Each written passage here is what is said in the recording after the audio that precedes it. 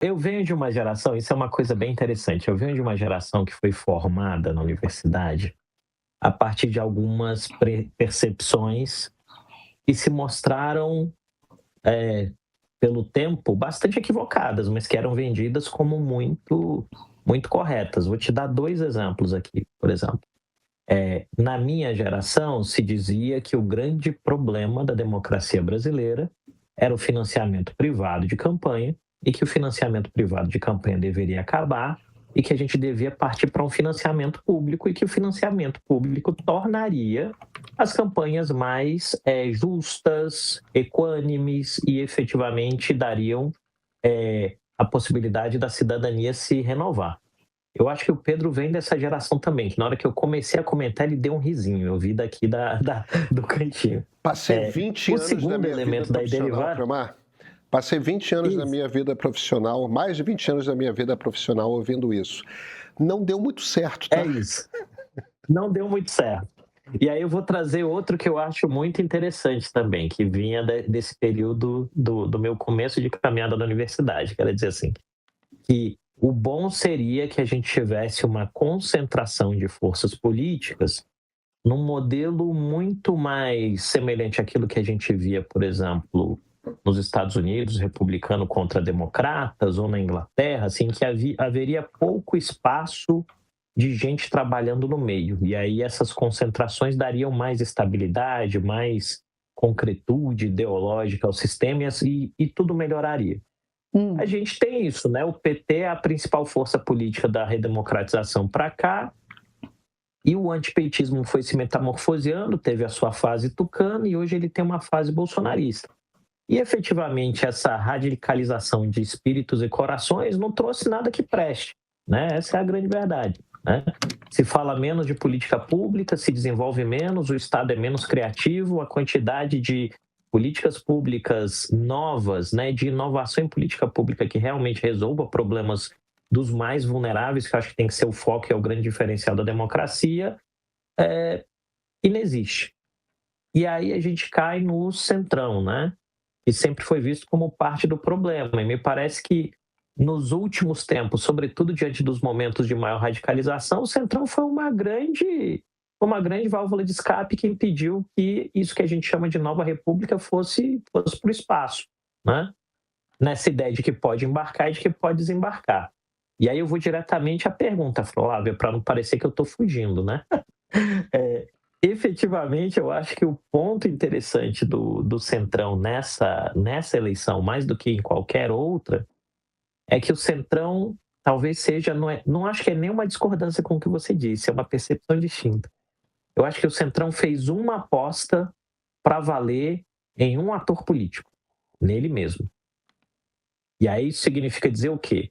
Olhou para o mapa da eleição presidencial e viu, cara, essa é uma eleição em 2 turnos, em que quem ganhar vai ganhar com 1 ponto e alguma coisa, no máximo 2.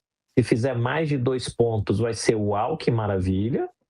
É uma eleição em que o discurso vai ser muito jogo baixo, vai ser bem suja a campanha, por questões institucionais e questões de propaganda.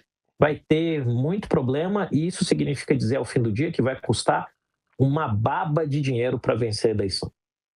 E para cada real que eu usar em campanha presidencial, eu não vou ter R$ 1 para fazer campanha de deputado, campanha de senador, lembrando que deputado é de onde sai o dinheiro que alimenta a máquina.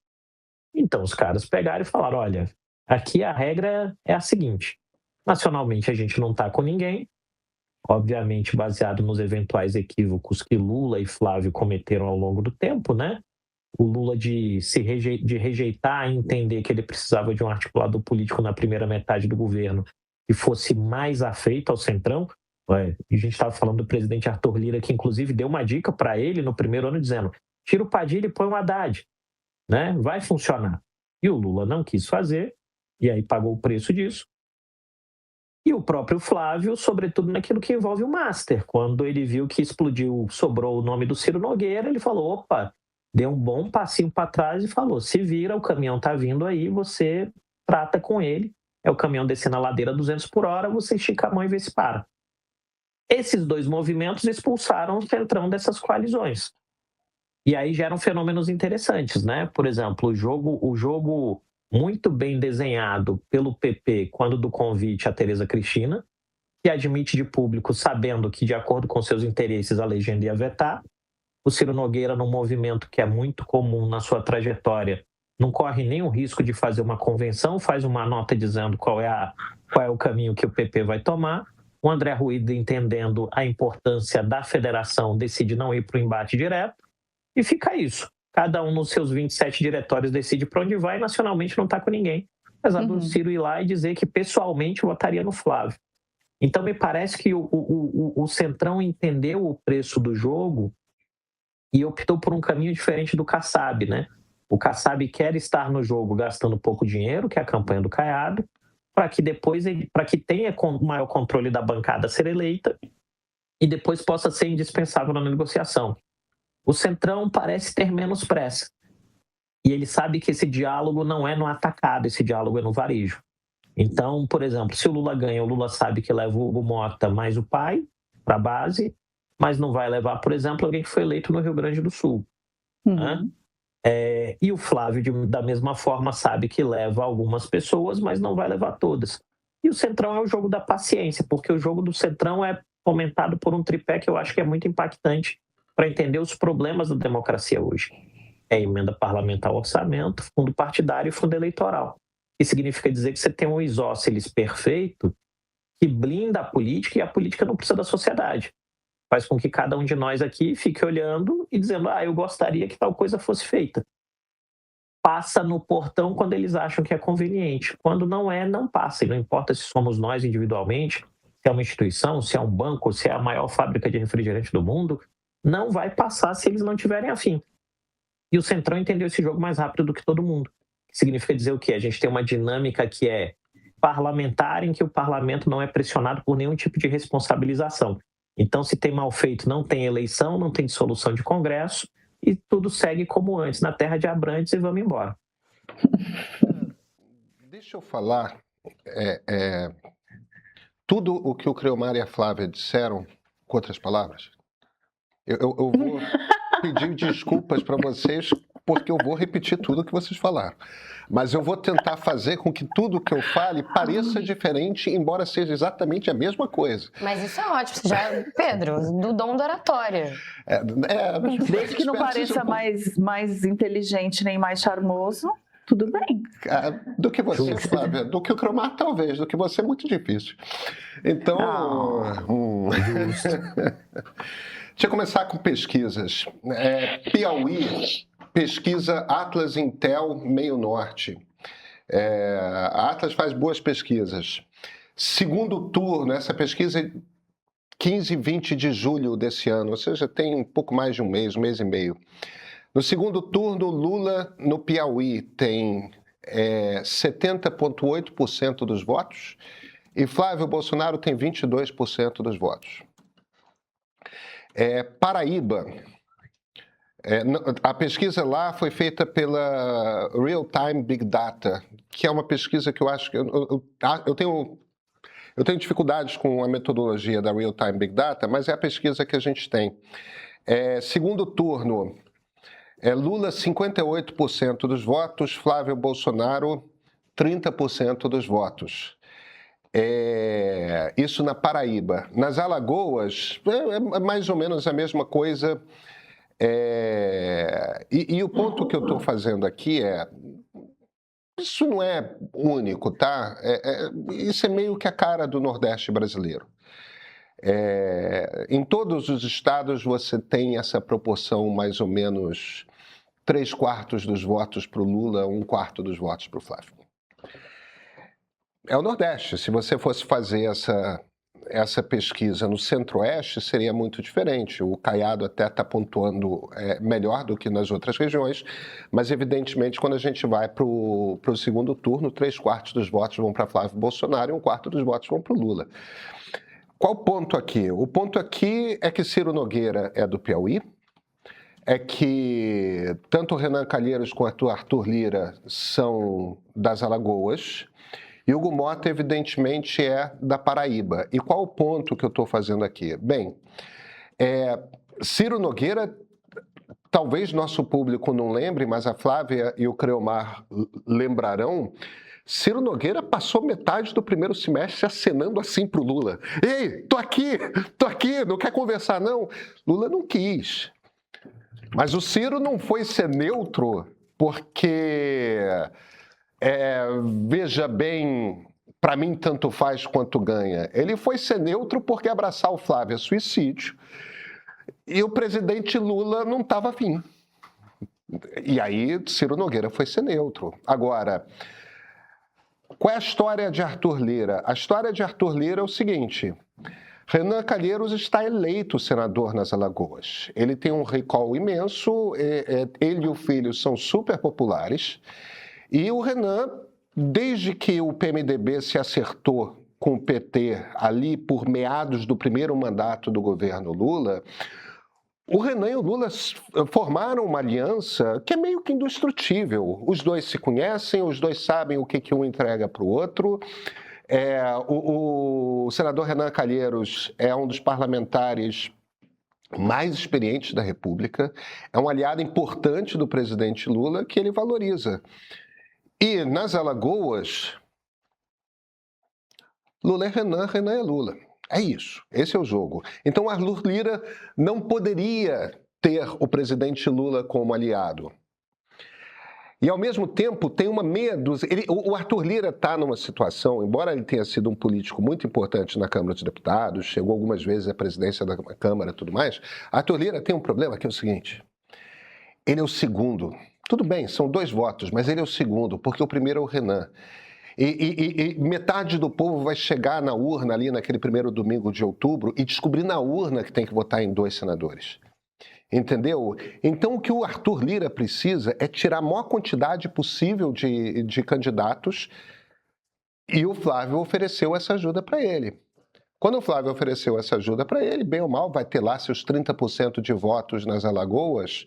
Se o Flávio fizer muita campanha para o Arthur Lira, ele tem uma chance de ser o segundo mais votado mesmo. Quer dizer, é bastante razoável a gente acreditar que Renan Calheiros e Arthur Lira serão os senadores das Alagoas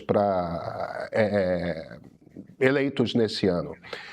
E, por fim, a gente tem a Paraíba. E Hugo Mota, seu pai, que é o Nabor Vanderlei, que era prefeito de Patos, lá no interior da Paraíba, ele é candidato ao Senado.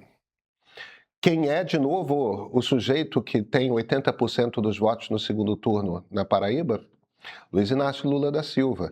Se você quer ter certeza de que seu pai vai ser eleito senador, você quer que em todo o estado a foto do seu pai e a foto do Lula apareçam juntos.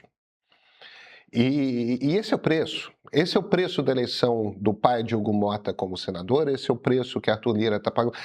Toda política é local. E aí, eu vou reafirmar o que o Creomar disse de uma outra maneira a respeito do Centrão. A gente deu ali no período da Constituinte esse nome para esse pedaço da direita brasileira, e muitas vezes tem aquela turma que se vira e fala: o Centrão na verdade é direitão, ou então nosso amigo, né, Flávia, Zé Roberto Toledo, que chama de Arenão, que é um ótimo nome também. No fim das contas, o Centrão é a força política mais antiga do Brasil. O Centrão é a base da Primeira República. O Centrão são os chefes políticos regionais. Ele faz uma política que é uma política que é mais primitiva do que o PL e o PT fazem. Em que sentido? O PL, de fato, tem, a partir do bolsonarismo, o PL, de fato, tem uma cara ideológica. Uma cara reacionária, nacionalista, mas ele tem uma cara ideológica. O PT, evidentemente, desde a sua fundação, tem uma cara ideológica, tem um conjunto de valores que ele defende. O que o Centrão defende não é um conjunto de valores. Não é ideologia o norte da política do Centrão. Mesmo que boa parte dos políticos sejam conservadores, não é isso que é relevante. A pauta relevante é a pauta regional, é a pauta local, é aquele grupo de prefeituras que eles defendem, aquilo. É por isso que eu remeto à Primeira República, que era a República dos Governadores, que era a República dos Coronéis. Porque era uma república em que não eram valores que definiam como que você organizava aquela república politicamente. Era quem que mandava em cada local. E esses 3/5, pouquinho mais de 3/5, 300, 350 deputados federais, dá um pouco mais de 300 deputados federais, eles são essencialmente políticos que ideologicamente eles são amorfos, não porque eles não tenham valores, mas é porque não são os valores deles que definem as suas condições de se eleger. Agora, eu acho que é importante, Criomar, Flávia, eu acho que é importante a gente sempre lembrar as pessoas que o Brasil não tem na sua Câmara dos Deputados uns 300, 310, 320 deputados que estão lá para defender os interesses regionais e não os interesses de determinados valores, né? É porque o Brasil é primitivo, isso e aquilo. Isso é uma escolha institucional que nós fazemos. A partir do momento que a gente escolhe que boa parte do dinheiro arrecadado vai para Brasília, para as mãos do presidente da República, e é o Poder Executivo Federal, é a União que vai decidir quem vai receber o quê daquele dinheiro, a partir desse momento, os prefeitos passam a ter a necessidade de ter algum tipo de representante em Brasília. E a maneira mais fácil de você ter esse tipo de representante em Brasília é você elegendo um deputado federal. Por que um deputado federal é o tipo de representante mais útil para um prefeito? Porque um deputado federal tem uma coisa que um presidente precisa. Ele tem o voto dele dentro da Câmara. Enquanto que um embaixador, um enviado, ou um escritório que você abre em Brasília, não vai te dar esse tipo de poder sobre o Poder Executivo. E aí eu venho, só para terminar esse raciocínio, que é o seguinte: o que desde o governo Dilma, mas principalmente a partir do governo Bolsonaro, o Centrão conseguiu? Ele conseguiu autonomia sobre boa parte da verba federal sem a necessidade de passar pelo presidente da República. E aí, Criomar, eu concordo 100% com você. Boa parte do que evitou um golpe de Estado foi a existência do Centrão. Não por uma questão ideológica, mas é só porque numa ditadura o poder volta para o presidente da República. O Centrão está no melhor lugar que ele jamais esteve. Ele tem poder sem que o presidente da República possa dar pitaco em como ele distribui aquelas verbas. E é para isso que o Centrão existe. Eu acho muito importante a gente tirar um pouco esse estigma. São fisiológicos, são isso, são aquilo. Gente, o nosso desenho institucional, porque a gente é desenvolvimentista, porque a gente é centralizador, porque a gente acredita que o governo federal tem que tomar uma quantidade imensa de decisões sobre cada pequeno canto do Brasil, porque a gente acha coletivamente isso, a gente montou um desenho em que a existência de um Centrão é inevitável. E neste momento, quando alguém me pergunta se tem medo de uma ditadura, se o Flávio Bolsonaro ganhar, uma coisa assim, eu não tenho medo de uma ditadura como eu tive com Jair Bolsonaro por uma única razão. Porque o Centrão está com faca e o queijo na mão. Elas estão se aproximando, as eleições. E aqui no meio, você acompanha com dados de verdade sem depender de conteúdos pouco confiáveis das redes sociais. Você sabe, né? A pesquisa Meio Ideia é uma das nossas bússolas. É a nossa pesquisa independente, registrada no TSE, feita todo um mês em parceria com o Instituto Ideia. A edição de agosto traz o retrato mais atual da corrida. Quem é assinante Premium recebe a pesquisa completa em primeira mão e ainda garante acesso à nossa plataforma interativa que permite o cruzamento da intenção de voto por região, por classe, por gênero, para comparar com as rodadas anteriores e ver com os próprios olhos o que mudou de verdade a cada mês. Esse tipo de leitura, até pouco tempo atrás, só quem trabalhava dentro de um banco ou de um partido conseguia ter acesso. Agora, está disponível para quem assina o Meio Premium. Em um ano como esse, olha, vale o ouro. Assine e receba mais esse material exclusivo.